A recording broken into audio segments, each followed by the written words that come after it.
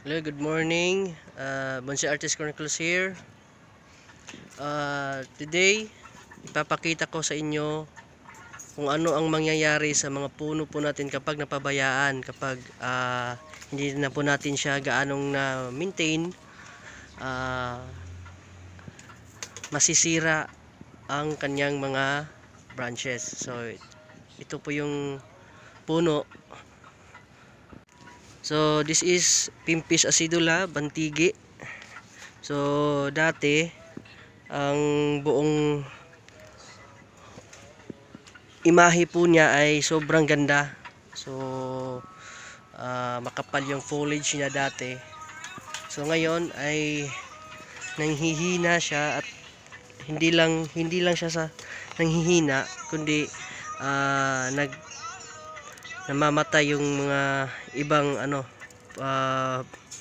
paddings niya, yung mga branches niya, inside shoots dito. So may iba umatras yung tubo. So maraming rason kung bakit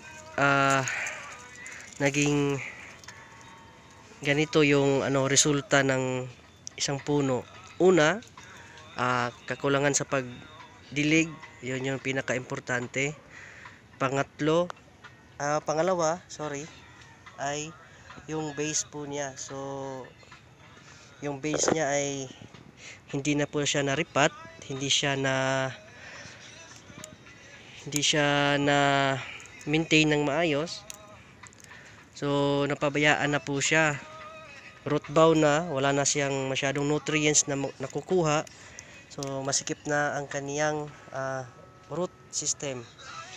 So pangatlo ay dinadapuan na po siya ng mga insekto, kasi mas trigger ang mga insekto sa mga halaman na nagsisiksikan. Fungus, yung makikita nyong itim, yung mga kulay itim na yan, tinatawag natin fungus. So dapat mini-maintain, nililinisan yan, gagamitan ng toothbrush at saka sabon, at pwede rin power spray, yon, para matanggal talaga lahat ng mga fungus niya.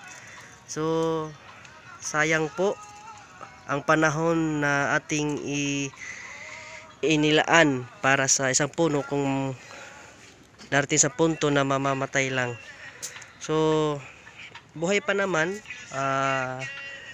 ang tanging paraan na lang para ma-keep po natin o ma-preserve natin para hindi siya tuluyang mamamatay ay magka-cutback tayo. Kung saan yung mga healthy branch na tumubo o nabuhay, yun yung ating gagamitin. So hindi na siya tulad ng dati na kung ano yung forma niya is yun, maibalik natin yung dating forma niya, hindi na. So tatanggalan natin ng mga patay na sanga, lilinisan natin, tapos rewire at saka palarga ulit sa mga payat na mga sanga. So kailangan po proper maintenance sa ating halaman, not only bantigi, sa lahat po ng species ng ating kinokolekta.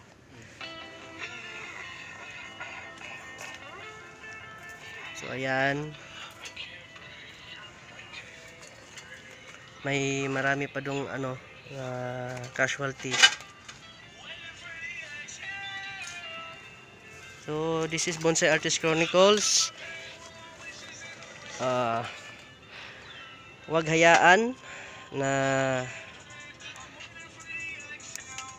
ilagay lang natin sa garden yung mga bonsai natin tapos hindi na natin i-maintain.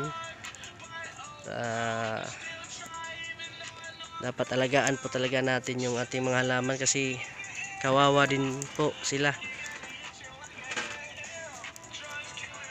Hanggang sa susunod, happy bonsai to all. God bless.